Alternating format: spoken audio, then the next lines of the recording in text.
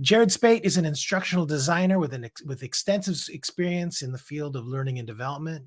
He has worked as an instructional design specialist at Mayo Clinic and is certified as a trusted tester for Section 508 conformance standards, which relates to accessibility in digital content. Speight has a background in education, having transitioned from teaching to a career in corporate instructional design. He leverages 15 years of experience in L&D to create new accessible learning materials. His expertise lies in designing and developing educational content, likely focusing on making more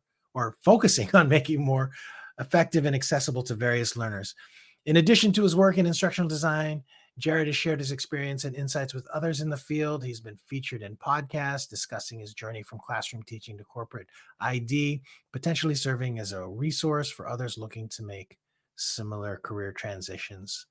Jared, thanks again for being here. And with that, I'm going to go ahead and hide myself from the screen and let you take over.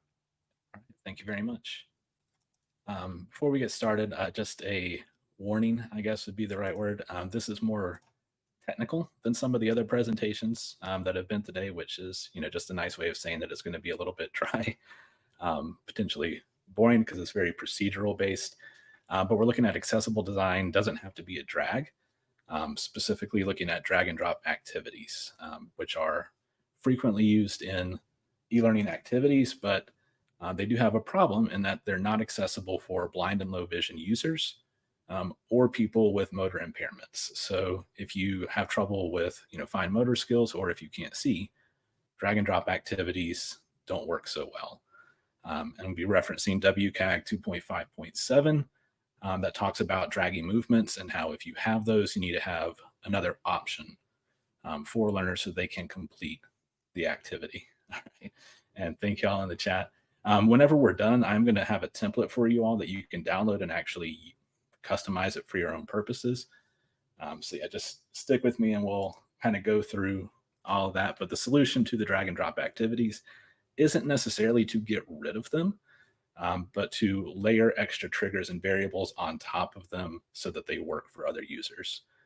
And I'm going to be using that with Articulate Storyline. It's the course authoring tool that I'm more familiar with. I'm sure there's an equivalent way to do it in Captivate or other tools like Domino One, but this is the one that I'm sure most of y'all are probably using. All right, so step one is just creating the slide like you normally would.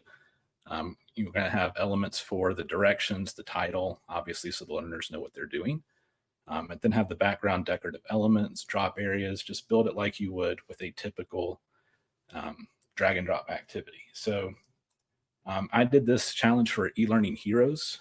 It was about creating accessible content.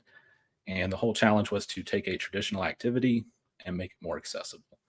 So my first step, like I just said, was creating the slide template, adding in the dragons, adding in the directions, and just creating it like you would a typical drag and drop activity.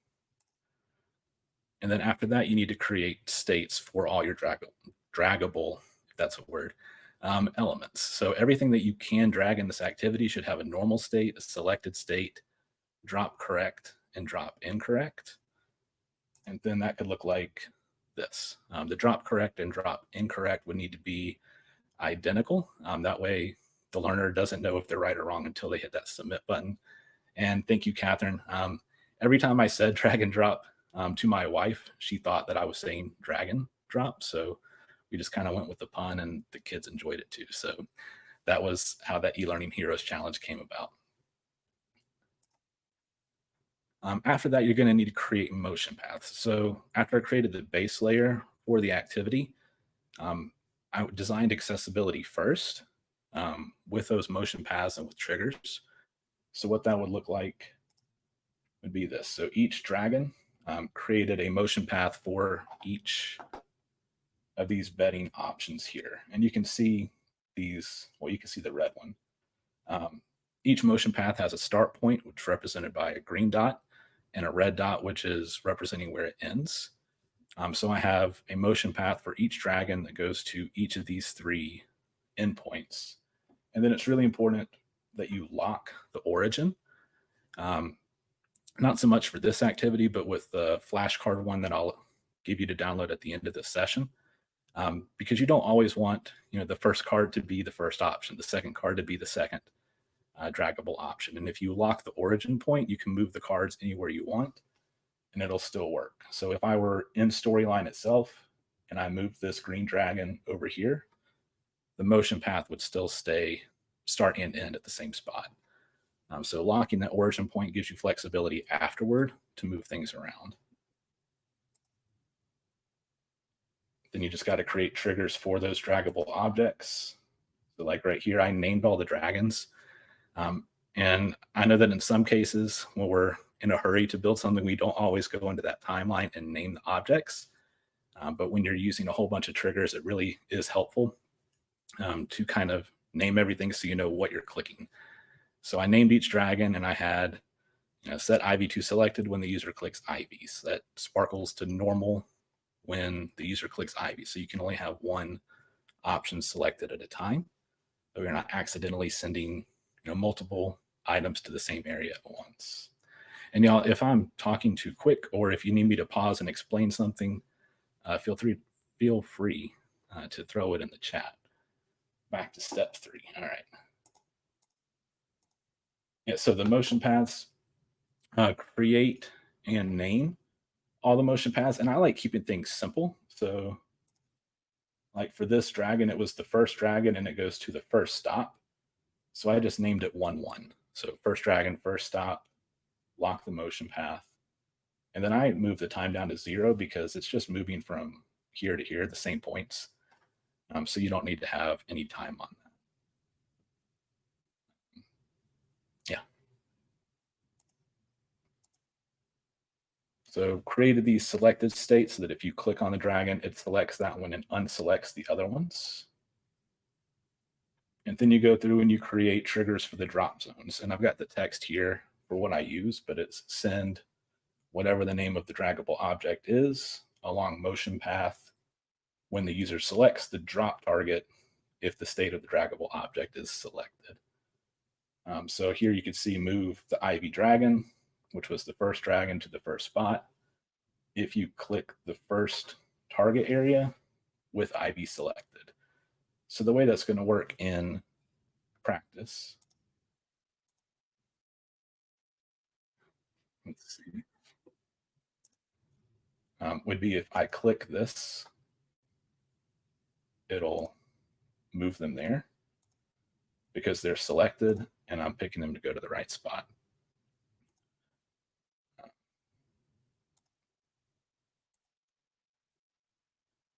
Oh, did it not? Sorry, oh, it must be sharing the tab. Let me see if I can adjust. Sorry, AirMeet is not as familiar as other things I'm used to dealing with. Window, here we go. That'll be better. So this is the actual storyline project that's published. If I click them, it'll send them to the selected state. And then I can move them around by either dragging them or clicking on where I want them to go. But it won't move anything here unless I have something selected.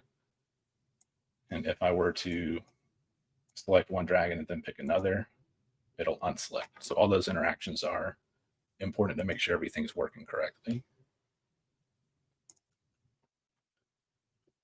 After that, it's just a simple thing of following these triggers to make them marked as correct or incorrect. So drop correct or drop incorrect based on which area you put them in. And then I created a layer for the accessibility tip, which is this right here. So the user can click this and it'll tell them how to use keyboard navigation in order to make it work. So like I was just using my mouse to move everything around. But by using the tab keys and the enter keys, we can move the focus to select things and put them where we want them to go.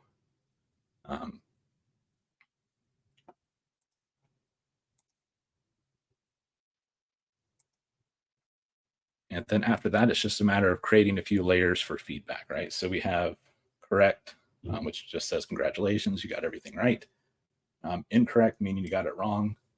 And then I always like a try again layer, which provides a hint.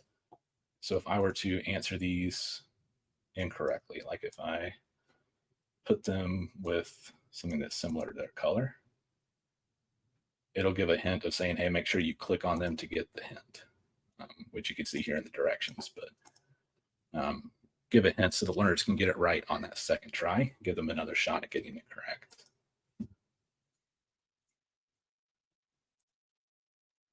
And then there's a whole lot of triggers for the buttons. So obviously that accessibility tip will open the accessibility layer.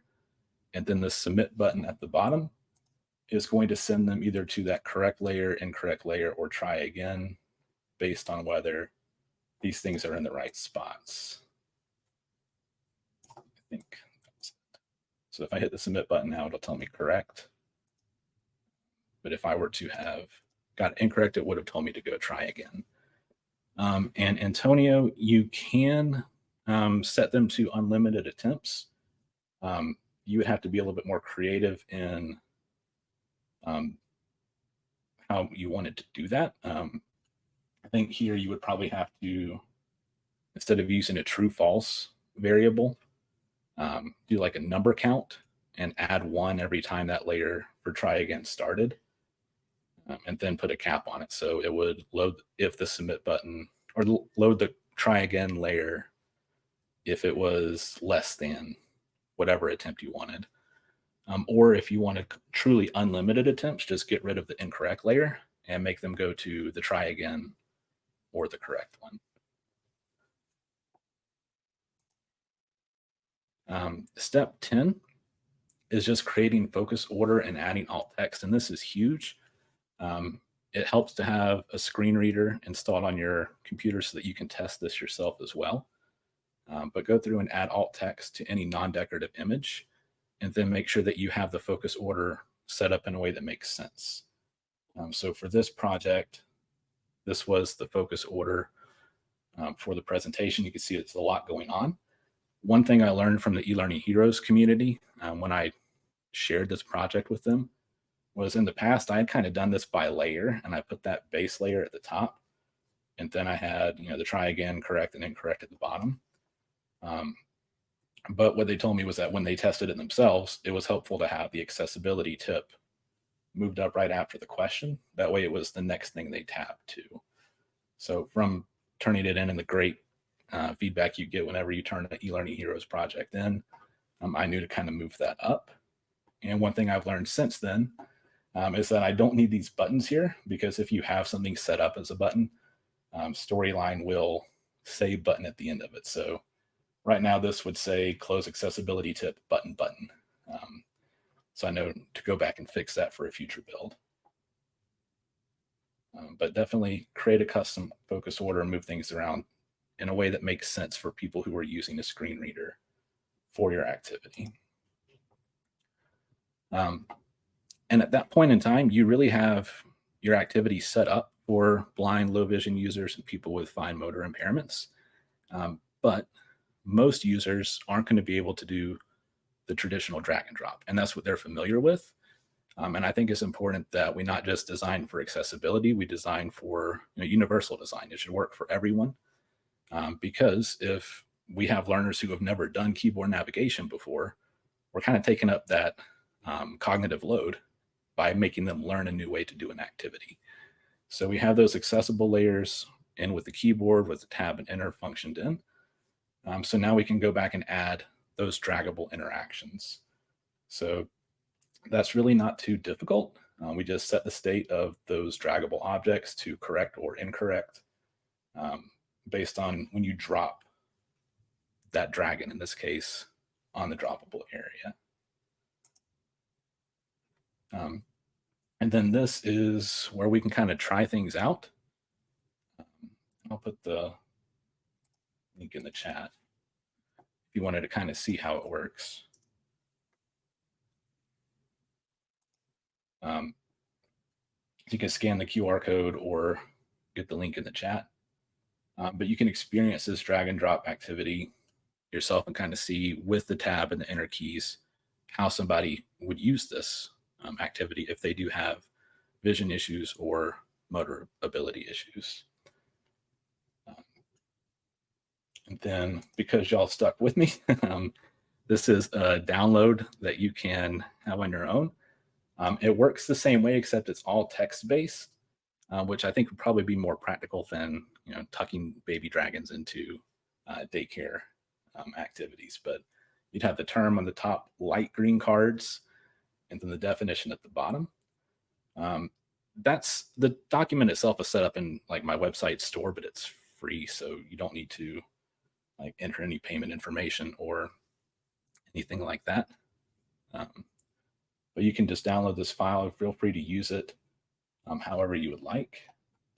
It does have a lot of triggers, like this drag and drop thing.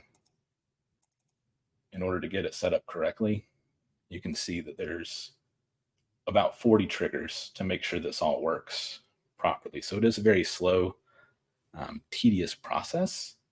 But once you have a template that's set up that works, it's pretty quick and not too difficult to swap out. Let me try and load another file.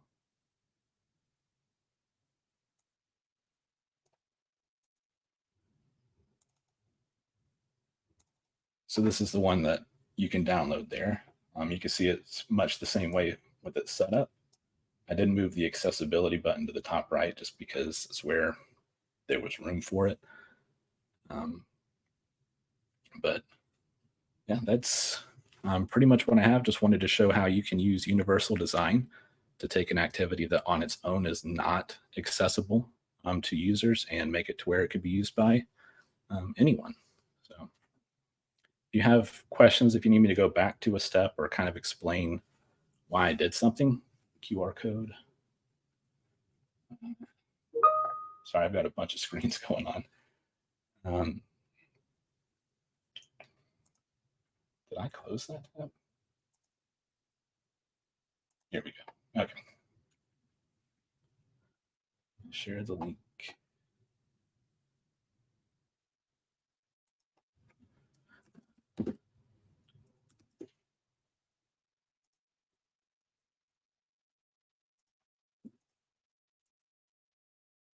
And there we go, Afra.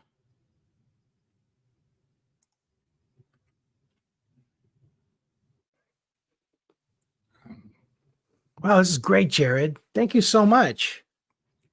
Thank you. Yeah, I'm checking to see if there's anything in Q&A. Definitely. Yeah. I was sort of, it's funny when you submitted your speaking proposal, I was curious. I'm like, oh, what's this going to be about?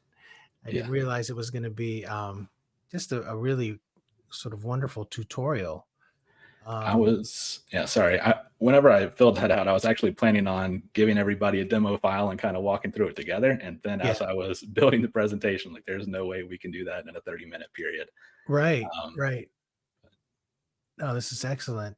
All right, let's see. Does anybody have any questions? Okay, there we go. Anil is asking, what other general interactions do you recommend for accessible interactions? There are some really good ones that are largely accessible, kind of built in, especially in Rise. It's really just a matter of testing it yourself to make sure that it works. And that's where Lewis mentioned at the beginning, Trusted Tester certification. I went through that. It's a free course through the Department of Homeland Security. I highly recommend it. It's more about web accessibility for web development, but there's so much overlap with instructional designers because every e-learning course we build is essentially a website. So learning how to test for accessibility, trying things out with screen readers. Liliana, it is called Trusted Tester, Section 508. It's a long course. I think it took me 60 hours to go through it. But they did overhaul it lately. So it's not quite as difficult to go through. I did just post a link of what I found online. Yeah, that's it. It's a great course. When I went through it, and like I said, there's a lot of overlap between that website development and e-learning development. for those courses. So you learn a whole lot going through it and learning how to test your courses, before you publish them into the LMS. Excellent. Let's see. Shannon is asking in step 11, are you putting draggable interactions over top the accessible interactions? Let's see. I'll pull it back up. The order really didn't make too much of a difference when I tested it out, so as long as they're all on there, because you're not going to use both, right? You're not going to use the keyboard navigation for part of it and then drag it around for the others. Um, so as long as you don't, and there's not a whole lot you can do once you get those triggers on there to make it to where it doesn't work. Excellent. Okay. Close And this one here. And it really is about, dog fooding, again, making sure like when you test it with both ways, because there was one iteration where it worked with the keyboard navigation, but my dragging triggers weren't set up properly. So just going through and making sure you double check both ends. How long do you think it took for you to complete that course, that trusted tester course? The trusted tester course was about 60 hours. Ooh. It was a long time, and they give you 3 attempts to pass the test at the end. And if you don't pass it, you have to take it all over again. And it did take me until my 3rd attempt, because that test was very technical and I was sweating bullets whenever I hit that submit button Yeah. on the 3rd time. But Yeah. I don't know of too many people who've gone through the process who did fail 3 times. You get a little bit nervous on that last attempt if you do get to it. Yeah. Yeah. Let's see here. Toddy is asking, do you test your work with a beta group to catch things you may miss? Yes. So I work with Mayo Clinic now. And before that, I worked for Stride K-12 Learning. There's always a review process to go through, where other instructional designers touch your work, walk through it, make sure that it works properly. I would, as far as like a beta group of end users, I have not had that in my current role or my last one. That's just not something that we have built into the process. I would love to see something like that, but I'm not sure how that would work. Excellent. All right, let me check back here. Daniela is asking, how long does it normally take you to make these? Gotcha. So the first time I built this template, like the one that's on the screen right now, it took me 8 hours, because I was learning as I was doing it, and I was going back and fixing things that weren't working properly. It doesn't take me nearly that amount of time now, because I have the template built.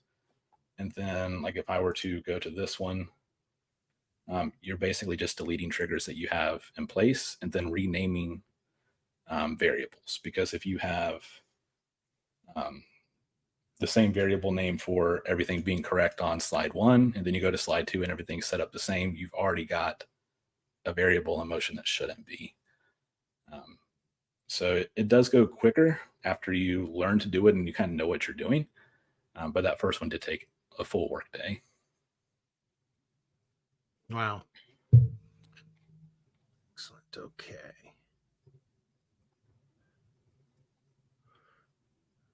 Take a look. Anybody else? Ephra is asking, do you know if there's a directory of trusted 508 testers for CBTs? There is a directory somewhere. I remember seeing it after I passed it. I can't remember how to access it or where it is. It is a certification. I know that if you search for, trusted tester on LinkedIn, you'll find it, because anybody who goes through that process, like, that's something they're putting on their LinkedIn profile because of how much work goes into it. So you could probably find people that way. And there is a directory. I'm just not exactly sure where it was. How has that certification helped you exactly? A lot of it is just knowing the process for why things aren't accessible and what people experience that like. I don't think anybody would design a learning experience intentionally in a way that discriminates against people who have these disabilities, right? So a Mhm. lot of it is just empathetic of this is what someone who has this disability will experience if it's not set up correctly. And that was kind of an eye opener. Um, and then learning, all right, well, I know that I can't do that. How can I fix this so they can actually have the same experience everybody else does? So kind of knowing the process behind that and why things are the way they are. Interesting. Let's see. I had a question. Where was it? Up here. Ah, from Adriana. How well does this integrate into an LMS module? Um, we haven't had issues with this in our LMS. I have had a build before where it used so many triggers it just did not work. Um, and it was more of an interactive menu than an accessible activity like this. Um, but as far as the activity itself goes, we haven't had any issue with putting it in the course. If that answers the question, if you're asking something else, I'll be happy to. Would it make a difference the type of LMS? I don't know. Yeah. If it works with storyline, it should work. Yeah. Okay. Let's see. Anil asking, are there guidelines for accessible animations or motion design as well? Yes. So with animation, the one that comes to mind for me is flashing and blinking. Hmm. Um, People who have photosensitivity, especially the color red, if you're flashing that, you could cause some of your learners to have seizures. So you want to be aware of how fast things are flashing, kind of tone that down. You also want to make sure that if it is just a visual motion design and there's no audio to go with it, that you have some kind of audio description, whether that be alt text for a GIF or whether it be an image description below it that goes into detail about what's being shown. If it's a video, you could even do that with the closed captioning file. You see people all the time when you're watching the show, they use brackets to provide information that's not said aloud, but describes noises like person coughs or if you're watching Game of Thrones, you might get different descriptions, but um, providing that information if it's relevant and important to somebody who can't see it with their eyes. Nice. Great. All right. Okay. I mean, looking good, everybody. I'm not seeing any other questions come up. Let's see. Molly. Hey, Molly. Molly's adding. Usually, if the Section 508 is only using an automation tool, it will detect errors and fail. So it is a best practice to use a manual screen reader Mhm. process. Yeah. Automation tools don't catch the underlying code. Yes. Thanks, Molly. NVDA is a great screen reader program. It's free. It does not work if you have a Mac, but I'm assuming that a lot of us are probably on PCs just because of the restrictions that come with Storyline and that software.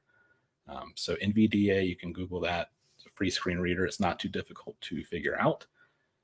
I would recommend learning at least the hotkey to get it to close before you start running it, because it's one of those things that if you want it to quit and you don't know how to make it quit, you're going to get aggravated because it'll read everything you're typing. So you'll go to Google and say, how do I close NVDA? And it will read that back to you. Insert Q. Those are the hotkeys for you. That'll get it to quit talking. That's great. What a great tip that is. Yeah, save you a little bit of a headache. And thank you, Anil. That is the link to download it for free on your Windows computer. Excellent. All right.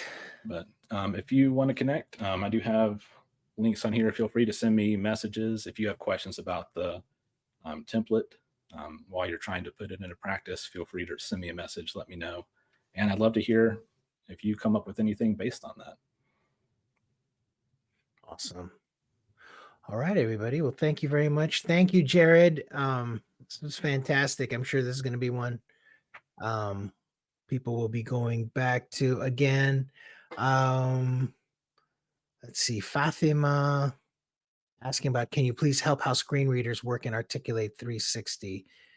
Any chance you have a quick reply to that one, Jared? The quick answer would be Tab, Shift, Enter, and Up, Down. Those are the big keys to know.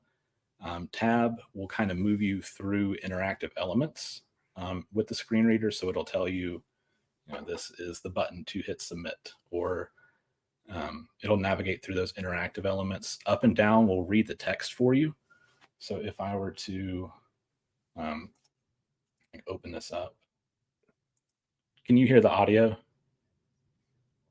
I can't. Okay. Yeah, I don't know how to share the audio with the screen. But yeah, just tab, shift, enter, and the arrow keys will take care of like 95% of the interactions you have with the screen reader. Excellent. Okay. Renee saying that this made Renee realize she has a lot to learn. I agree. It's always the thing with these events. We all do. Casey, the recording will be available. Just give it a little bit to format. It's kind of auto generates. It'll be ready less than a minute after this one wraps up. And then, yes, like Toddy is saying, I do send them out to everybody after the event completes, and they'll also be linked in the on the tldc.com website. All right. Well, that's it. Thanks, everyone. Thank you so much for attending. We have 4 more days, 3 sessions each day, same time blocks. And I just want to add, I don't know if I mentioned it, was it this session or the last one? I am thinking about doing another one of these events pretty soon, because we just had so many submissions to speak at this one that, there needs to be another one. So I have to get going on organizing that. And so with that, just going to wrap things up, and we'll see you. We'll see you tomorrow. Who is opening up tomorrow? First speaker is, it's Rebecca Prigine, Executive Persuasion, Crafting the Business Case for Accessibility. That one is super important. Please attend tomorrow. And with that, we'll see you all later. Thanks, everybody.